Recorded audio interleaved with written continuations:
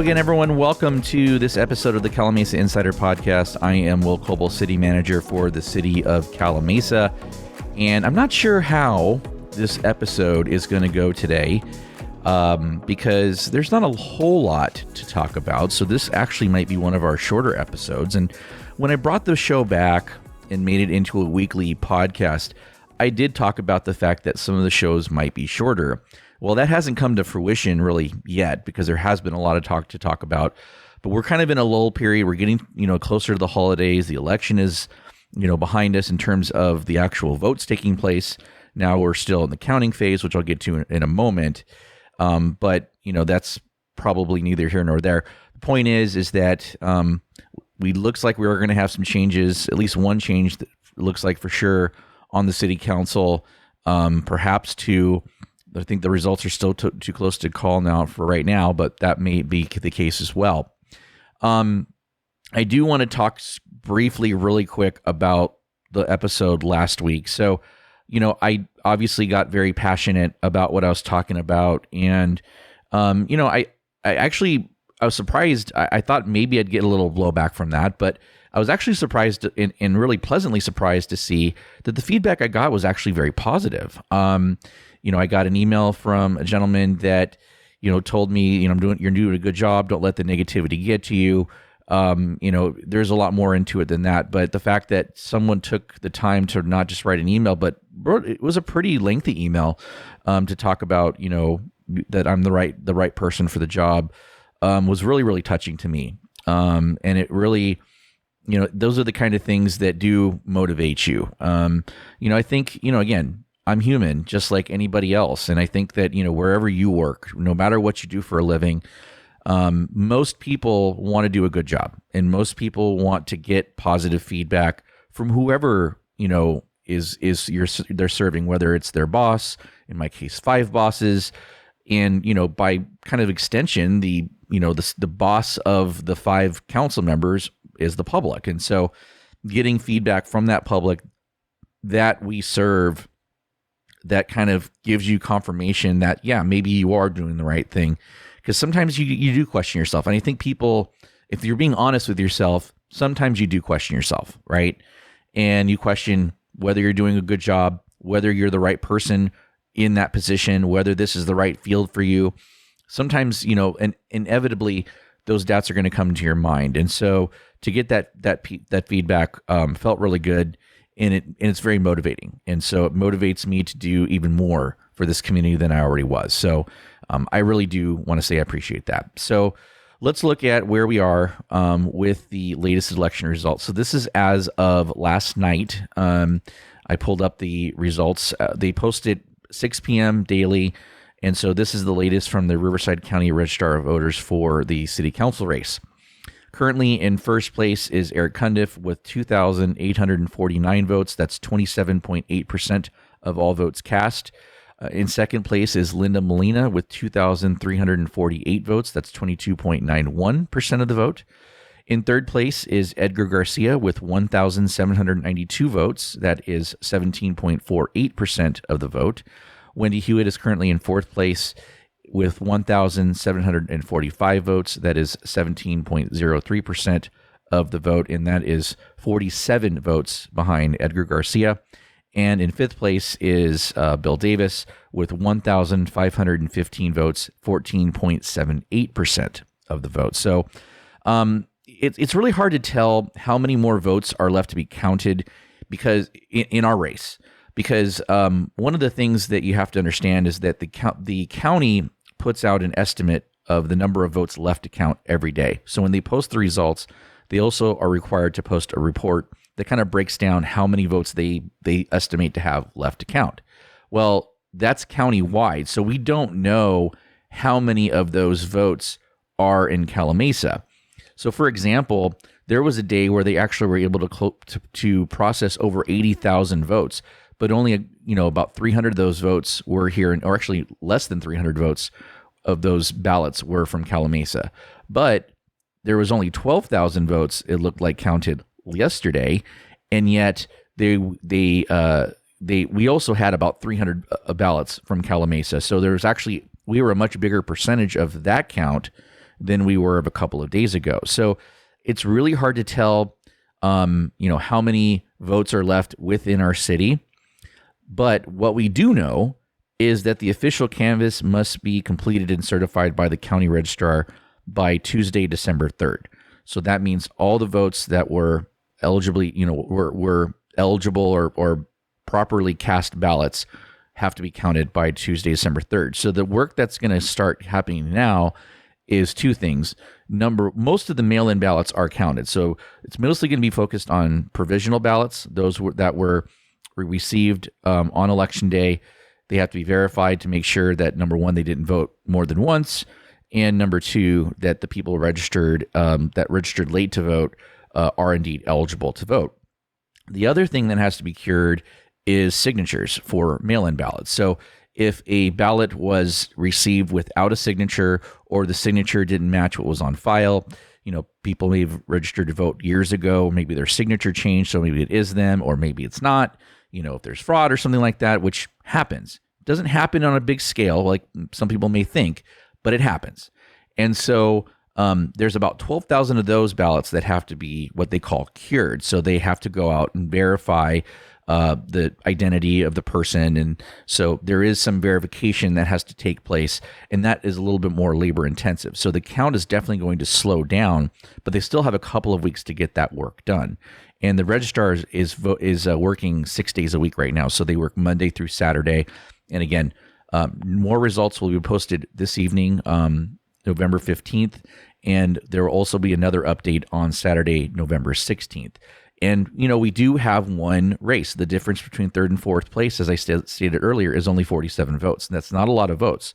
So we don't know what's going to happen with that part of the election. I think it's pretty safe to say that Eric Cundiff and Linda Molina will win the first two seats, or the first and second place. So they will probably be in because they're well ahead of third and fourth. But that race between third and fourth is still too close to call. And so obviously, as more votes get counted, that could shift. So, but when you have a change in the city council, whether it's one seat or two seats in our case, what does that change mean for me, and what does it mean for staff? Well, for staff, I don't think it means a whole lot. And the reason I say that, unless the council wanted to change city managers, if they wanted to get rid of me, and that happens sometimes. There are cities that you have a slate of candidates that run for the purpose of removing a city manager. It happens. And so obviously, if that happens, that is going to affect the staff because, the city manager is, the top boss. They're the leader of the, they're guiding the day-to-day work. But the work that most staff does is really kind of the things that are required. So our public works guys, whether I'm here or someone else is here, whether the current city council is there or there's a new city council, they're still going to be out there, taking care of our parks, taking care of our vehicles, taking care of our facilities, taking care of our streets, taking care of our storm drains. They're going to be, that work continues regardless of who's on the dais. What changes for me as a city manager is, number one, obviously you have one or two new bosses, right? Which kind of can change the dynamic. It can change the dynamic of the council, and it can change the direction of the council and what their policies and the priorities are. And so my job is to figure out what that direction is, if it's changing, and how then we apply that. So remember, the city council sets policy, and they set the direction of the organization and kind of set the priorities. And then my job as a city manager is to execute on that. That's really simply stated, that is how it works. And if you go back to listen to episode 1 of the podcast, I explain what that means. It's a council manager form of government. And so it doesn't really matter, who hired me, who was on the council at the time. If the council changes, I have to change with it. And if I don't, then they're going to find somebody that will. But to me, it's my opinions and what I think should be a priority don't matter. What matters is the council. Now, it's my job to provide professional expertise and advice to the council, because they may come up with ideas that aren't practical, aren't possible, aren't legal, and it's not because they're trying to do something illegal. They just may not understand what they can and cannot do. And so it's my job to kind of guide that a little bit. But at the end of the day, when you're talking about broad community goals and priorities and things like that, it is up to me to adjust our work and just how we do things to accommodate for that. So that's my job. And so that is what could change with for me. But my job is also to, it can be a culture shock. And I've worked in organizations where changes in council do create a culture shock, and it is pretty jarring sometimes. But, I'm supposed to be the steady force that makes sure the work gets done. And we're doing the work that, number one, needs to get done. And number two, on a more broader, bigger picture scale, that I'm doing what the council wants us to do and how we go forward.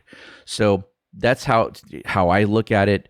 And we'll see what happens with this. We're going to continue to look at the updates daily, and we'll go from there.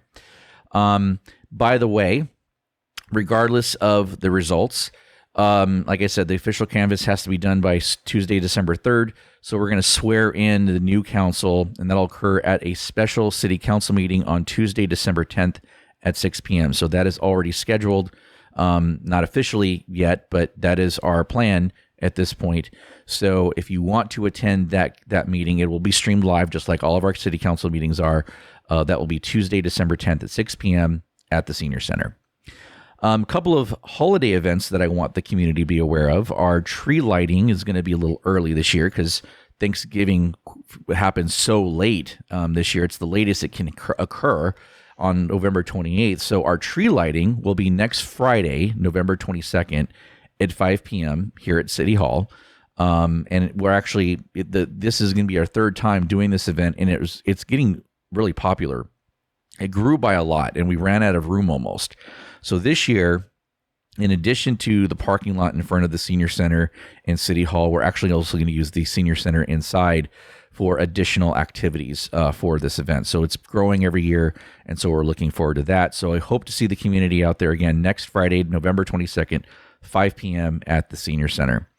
The Calamasa Chamber of Commerce will be holding their annual Christmas parade on Saturday, December 7th at 5 p.m. By the way, that is the day of my twin boys. They'll be turning 15 years old. So I don't know if they're going to be there or not. I will be there.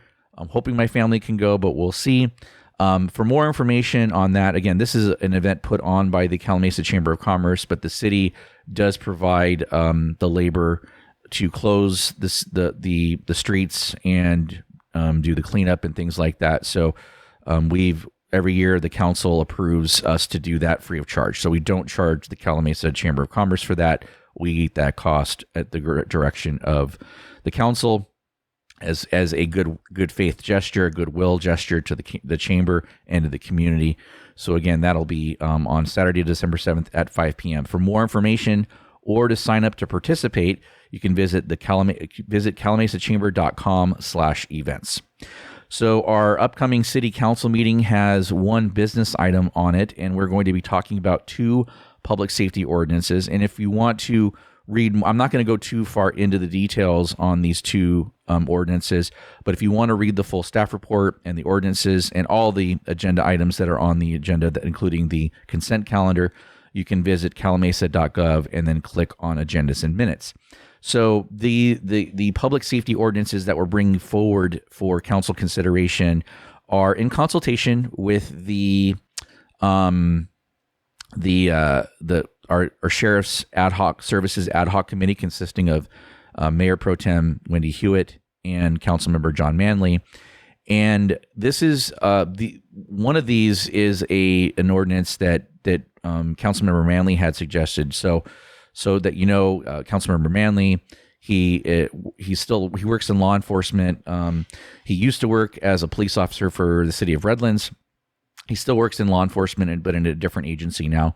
And so he had suggested several ordinances, and one of them was in regards to shopping carts. So as we know, these are both, by the way, both ordinances that we're talking about are related to tools for our sheriff's department to use in combating homelessness, or at least the public safety and health concerns of the residents regarding homelessness, because I think it cannot be said enough. Homelessness in and of itself is not a crime, but certain activities that homeless individuals may engage in could compromise the health and safety of the community. And so it's a very delicate balance that we have to find. And so these two ordinances are to help our law enforcement partners in being able to keep the community safe. And so the first one has to do with shopping carts and regulation of those. And it kind of has two, takes to it. Number one, that's usually what homeless people use to transport their stuff. But those shopping carts usually belong to a store, which means they're likely stolen. So with regard to how we combat that, we want to put some teeth into our municipal code to allow our law enforcement partners to be able to basically take those carts and take them and give them back to those stores. Okay, that's kind of the gist of it. There's more that goes into it, but that's kind of the gist of it. The second one has to do with camping in public spaces. So this has a little bit of background on it. So back in 2018, a lot of cities had this type of ordinance. Calamasa has never had this type of ordinance, but other cities did. And then in 2018, there was a decision out of Boise, Idaho, which basically the Ninth Circuit Court of Appeals, and it never made it to the Supreme Court. The Supreme Court did not hear an appeal to this decision, so the Ninth Circuit's ruling stood. And basically what it said is, if a city does not have a place for a homeless person to go, so like a shelter bed or things like that, if they did not have enough spaces to accommodate that homeless person that they find on the street, they cannot enforce their anti-camping ordinances, because the thought is it's cruel and unusual punishment to make them move along when they have nowhere else to put them. So that was the ruling, and that was kind of the law of the land. Until earlier this year, there was a ruling in the city of Grants Pass, Oregon, which essentially reversed the Boise decision. So the Boise decision came down in 2018, and then the Grants Pass decision came down early this year in 2024.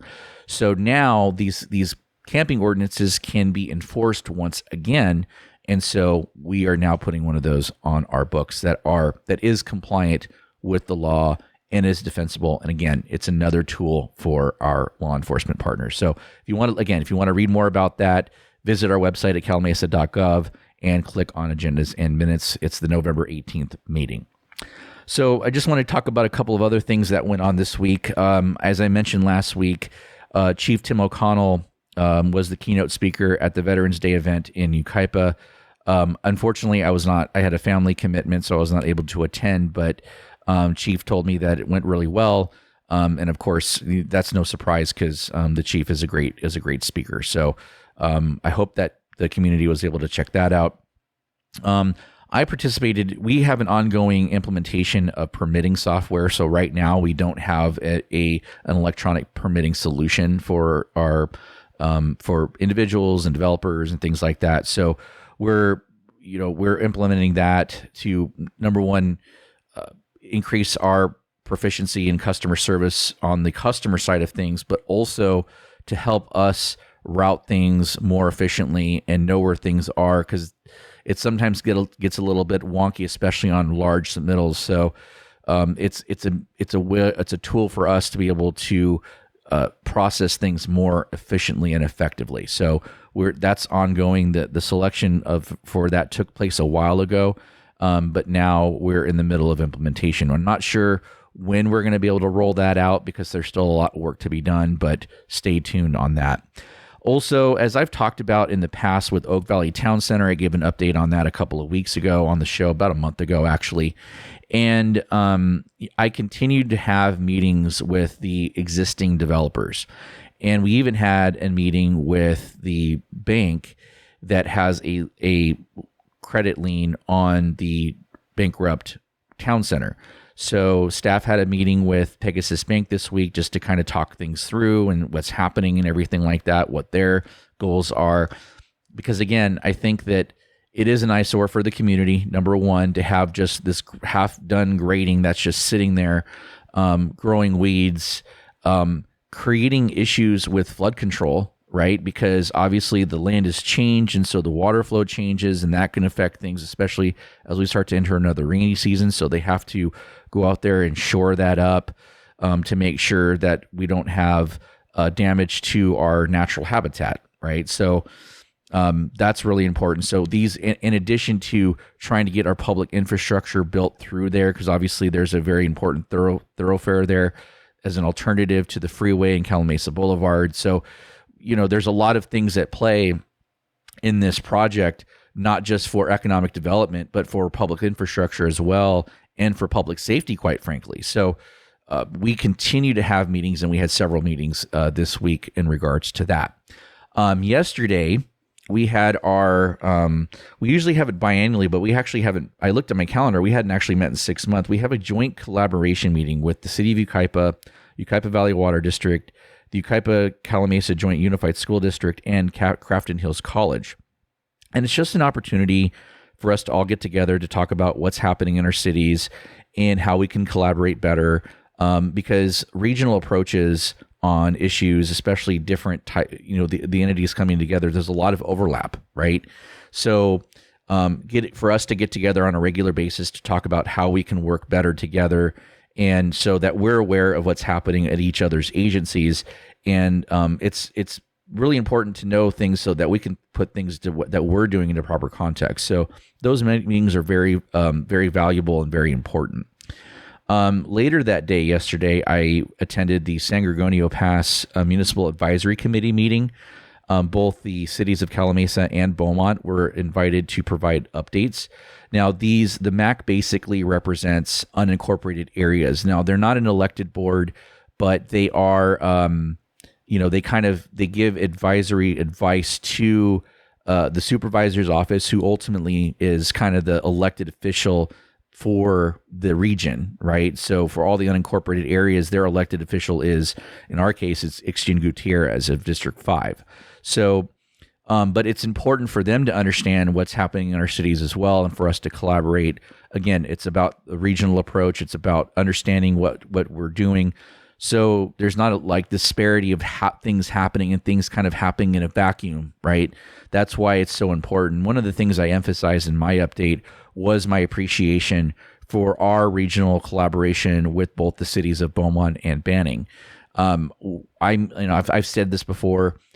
Our mayors and city managers get together once a month, and the city managers, just the three of us, also get together once a month on top of that. So there's constant communication. We always are talking about how are things, there are some regional things that we're going to work on that we're going to bring forward soon. One of the things that we're actually looking at is truck routes. Obviously, with warehouses and things like that's a reality. Even if we don't build a single warehouse in Calamasa, there's still truck traffic within our region, right? And so it is important that we work together so that, other communities, like if we never develop a warehouse in Calamasa, it's still important for us to know what's happening in other cities so they're not dumping their traffic on us. So for example, we're going to get the truck traffic for the Yucaipa warehouse off of County Line Road, right? Even though that's not our facility, we're going to get the impacts. The ones on Cherry Valley Boulevard, those are not within the city of Calamasa, but we get those impacts because they come through Calamasa to get on the freeway. So, and we have the freeway going through the right smack dab in the middle of our city, right?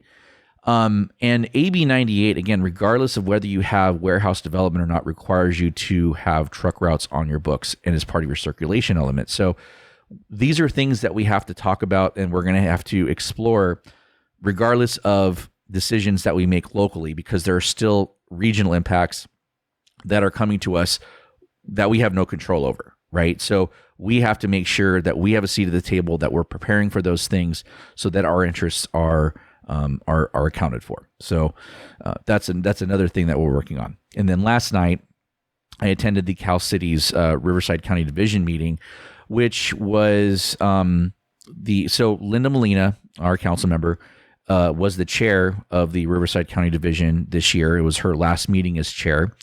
And so they had a couple of their Cal Cities lobbyists there. One was talking about housing, And this has been a huge issue even here. It's been a huge issue for every city. And as I had stated on a prior podcast, our housing element was approved and certified by the California Department of Housing and Community Development. So now we have a certified housing element, but you have cities that are fighting things. And if you recall, we had passed the residential infill priority area overlay zone. And what that did was basically increase densities at certain properties, infill properties within the city. This was a tool for us to meet our regional housing needs assessment. Every city gets a number of housing units they have to plan for. Remember, cities are not developers. We don't build housing, but we certainly can plan for it. And the state, in this case, requires us to not only plan for a certain number, but also for a certain number in various income categories. And that's a big aspect. And so when you talk about planning for affordable housing, there's two ways you can do that. You can do it through straight deed restrictions and say that this is going to be affordable housing, and it's going to be affordable housing for 60 years, and the rent cannot be higher than a certain percentage of the median income, or a percentage of the percentage of median income, that whatever, however you want to say it. The other way you can do it is through density. So at a certain density, housing is assumed to be affordable, quote unquote affordable, okay, based on your region, based on where you are. So in other words, you need higher density in Orange County, for example, than you do here for it to meet the affordability threshold. Because obviously more density likely means smaller living spaces. Smaller living spaces likely means lower prices, right? That's the theory. So one of the things that we heard during those discussions was, well, you know what? Screw the state. Don't listen to them. Sue them. Fight the good fight, right? Invest money in doing that. Well, there are already cities doing that. And number two, those cities aren't doing very well, which leads me to an article that I read on a couple of weeks ago with regards to the city of Huntington Beach. So they are the state is suing Huntington Beach. Huntington Beach is suing the state. It's a big old fight. And Huntington Beach actually appealed to a federal court. So this is what the first sentence of the article says. A federal appeals court on Wednesday, this is Wednesday a few weeks ago, ruled against reinstating Huntington Beach's lawsuit with the state that sought to circumvent housing mandates. And the distinction between a charter city and a general law city is important here, because in general, charter cities do have more autonomy over their affairs than general law cities do. However, when the state says that a matter is of statewide concern, which almost every housing bill that's out there includes such language, it is then applicable both to charter cities and to general law cities. You can't become a general law city to get around most of these mandates. And you certainly can't do it retroactively. So if we were to become a charter city to kind of dictate how we do our housing, we'd still be subject to any laws that were passed prior to us becoming a charter city.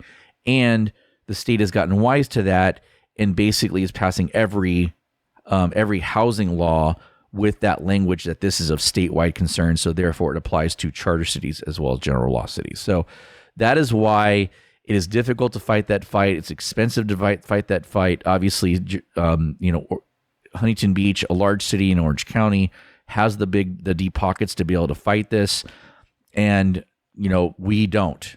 But since someone else is fighting the fight, and to the extent that they win anything and they get concessions from the state, we will enjoy the fruits of that. So we kind of sit back as a spectator and see what happens with that. But at the end of the day, it's probably not a good idea for us to fight that. So that was just one thing that I wanted to mention, but that was one thing that they talked about at that division meeting last night.